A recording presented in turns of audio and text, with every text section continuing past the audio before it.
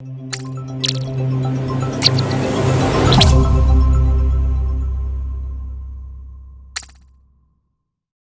back. Which IA prompt to choose? That's the question, and it's a very good question, and it's very important. So read all 35 IA prompts one by one and form an opinion about them. Any kind of opinion that, what is this? It doesn't make sense. Oh, that's great. Any kind of opinion and form opinion. So then shortlist the ones that you like more or dislike less.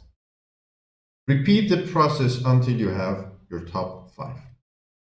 You can do it on your own, individually. You can do it as a class. If your teacher also agrees, you can do it with just one or a couple of friends. So there you have it. There are these 35 IA prompts.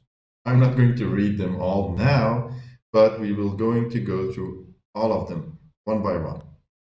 Example, number 4. On what grounds might we doubt a claim? I like it. I already like it.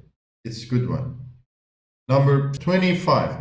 How can we distinguish between knowledge, belief, and opinion? Oh, that's exactly what I deal with every day in my life. That's how you form opinion. You like something, you don't like something, and then you have your top 5. And then the top 5, try to understand the prompt's connection to your chosen theme.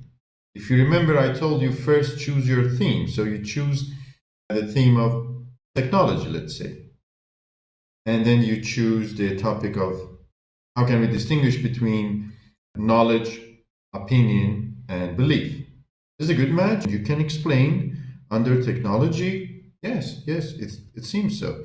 So that's a good one. The other one is not. And through this process, you will find the chosen one, the selected IA prompt. What's next lesson? Next lesson is about what objects to choose. The biggest difficulty I think all the students have. But I'm going to help you choose the best object. See you on the next lesson.